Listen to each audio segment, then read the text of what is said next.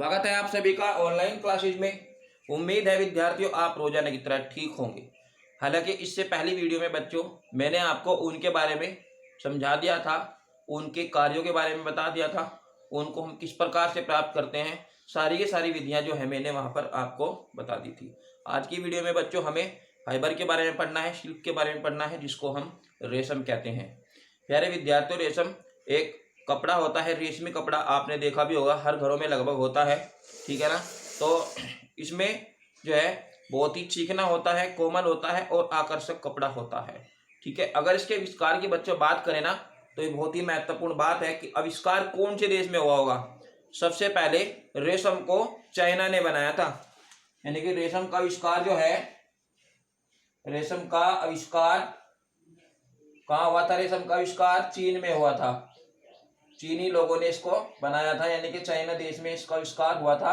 और भैया अगर हम भारत की बात करें तो भारत विश्व के 13वें स्थान पर, यानी कि विश्व का लगभग 13% जो रेशम है वो भारत से उत्पादित किया जाता है, भारत से ही बनता है, ठीक है ना। दोनों ही बातें बहुत ही ज्यादा महत्वपूर्ण है और इम्पोर्टेंट है, ठीक है। अब हम जो रेशम कीट होते हैं उसके जीवन काल पर थोड़ा सा वर्णन करेंगे कि इसका जीवन काल जो है वो कैसा होता है, ठीक है। इस डायग्राम को देखते हैं। तो बच्चों इसमें क्या होता है, इसमें आप देख पा रहे होंगे, मैंने यहाँ पर एक पौधा लिया है और इस पौधे के पास एक छोटा सा रेशम कीट यहाँ पर बनाया है, जिसको हम वयस्क रेशम कीट भी कह सकते हैं। वयस्क रेशम कीट भी भैया हम इसको यहाँ पर कह सकते हैं। और जो रेशम कीट है ये एक मादा रेशम कीट है, ठीक है ना। अब मादा रेशम कीट क्या करेगा, यहाँ पर पत्ते के ऊपर ये यहाँ पर अंडे देगा। ये जो आप देख रहे हो ये एक लीफ है, ये एक पत्ती है, और इस पत्ती के ऊपर ये क्या करेगा, ये अपना अंडा देगा यहाँ पर इस तरीके से, ठीक है ना, पत्ती के बीच में। अब फिर इसके बाद ये अंडे क्या करेंगे, ये लार्वा में बदल जाएंगे, क्या लार्वा यहाँ पर बन जाएगा, ठीक है। ये लार्वा देखने में आपको ऐसा लगता है कि इधर से देखो तो 8 है, ये देखोगे तो ये भी 8 है, मतलब 8 की आकृति में जो है ये, ठीक है, लार्वा होता है, ठीक है। आपने देखा होगा, ऐसी बात नहीं है, शहतूत की पत्तियों पर, ठीक है, ये बहुत ज्यादा पाए जाते हैं। तो इसमें क्या होगा बच्चों, ये जो लार्वा है ये इस तरीके से पत्ती को बीच में से ही जो है खराब कर देता है, यानी कि एक तरीके से खा लेता है। इसको हम इल्ली लार्वा कहते हैं, ठीक है ना। क्या कहते हैं इसको इल्ली लार्वा कहते हैं।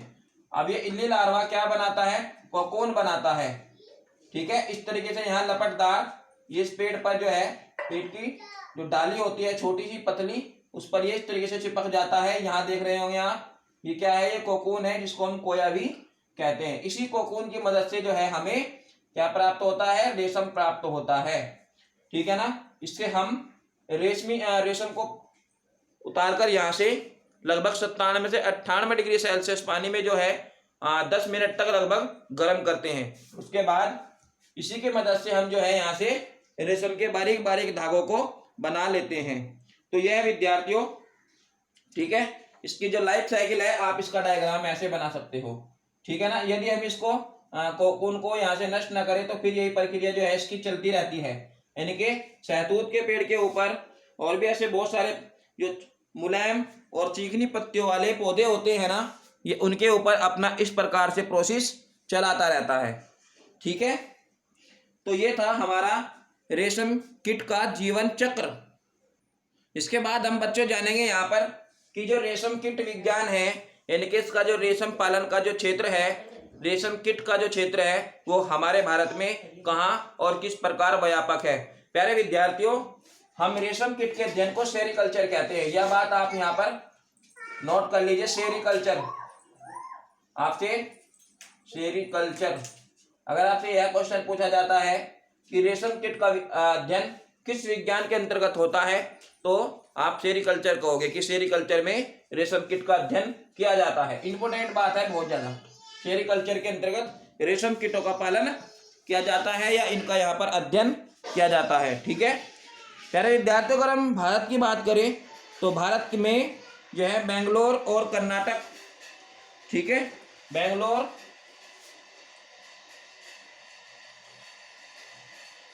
और कर्नाटक का जो मैसूर स्थान है, ठीक है, वहाँ पर सबसे ज़्यादा भारत का रेशम पालन किया जाता है, यानी कि कहीं ना कहीं रेशम के कीटों को वहाँ पर पाला जाता है, ठीक है।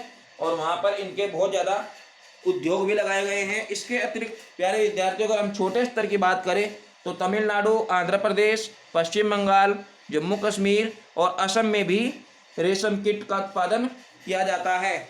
और अगर हम वर्तमान टाइम की बात करें ना तो विद्यार्थियों उत्तराखंड में भी, अगर हम वर्तमान टाइम की बात करें तो उत्तराखंड के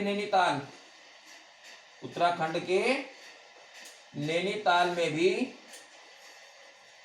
ठीक है, और हल्द्वानी में भी जो है रेशम कीट के पालन का, ठीक है, बहुत ज़्यादा विस्तार हो रहा है, बहुत ज़्यादा वहाँ पर इसकी तरक्की हो रही है और इसको बहुत ज़्यादा जो है बढ़ावा दिया जा रहा है, ठीक है।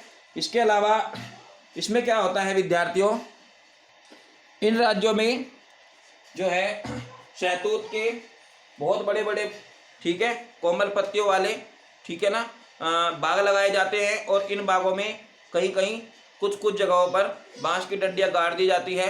फिर इसके बाद वहाँ पर जो किसान होते हैं वे इस तरह का वातावरण रखते हैं कि रेशम कीट को टेम्परेचर मेंटेन करने के लिए कोई भी प्रॉब्लम ना हो, यानी कि वे बड़े मज़े से वहाँ पर रह सकते हों, ठीक है। इस कार्य को विद्यार्थियों लगभग 25 से 30 दिन का टाइम लगता है, ठीक है ना। कैसे 30 दिन का टाइम लगेगा? सबसे पहले जब हम वहाँ पर रेशम कीट के जंतु को पालेंगे, इसको कीट को पालेंगे वहाँ पर, और उसके बाद ये अंडे देंगे, तो अंडे से जो लार्वा बनता है वो क्या करेगा, वो धीरे धीरे शहतूत की इन पत्तियों को खाता रहेगा और इस प्रक्रिया के लिए वो 20 से 25 दिन का टाइम लेता है। इसके बाद बच्चों यहाँ से किसान इसको जो है पत्तियों को तोड़कर इस लार्वा सहित जो है जुका तो इसको निकाल लेते हैं, या फिर यहाँ पर ये लार्वा जो है पहले कोकून में बदल जाता है। अभी मैंने यहाँ पर आपको कोकून बनाकर दिखाया था, तो कोकून में इस तरीके से यहाँ पर जो है बदल जाता है और इस कोकून को भी बहुत धीरे से तार कर कागज या मुलायम कपड़े में इकट्ठा कर लेते हैं और उसके बाद इसको बेचा जाता है, ठीक है ना। बेचने के बाद की प्रक्रिया क्या होती है कि 97 से 98 डिग्री सेल्सियस पर इसको गर्म करते हैं और भी कई सारी प्रक्रियाएं कारखानों में होती है, जैसे कि कलर करना, ठीक है ना, इस तरह की चीजें वहां पर इसमें होती है और तब जाकर हमें रेशमी धागे मिलते हैं और इन रेशमी धागों की मदद से हम विभिन्न प्रकार के कपड़ों को तैयार कर सकते हैं। विद्यार्थी, जो रेशम के धागे होते हैं ना, ये रेशम के धागे कपड़े बनाने के अलावा टोपी बनाने में, जैकेट बनाने में, और जो बुलेट प्रूफ कपड़े होते हैं, पैराशूट होते हैं, ठीक है, उनके अंदर टांके लगाने में, चूँकि अभी मैंने आपको बताया था कि ये बहुत ज़्यादा सॉफ्ट होते हैं, मुलायम होते हैं और सबसे मज़े की बात यह है कि ये बहुत ज़्यादा मजबूत होते हैं, टूटने वाले नहीं होते।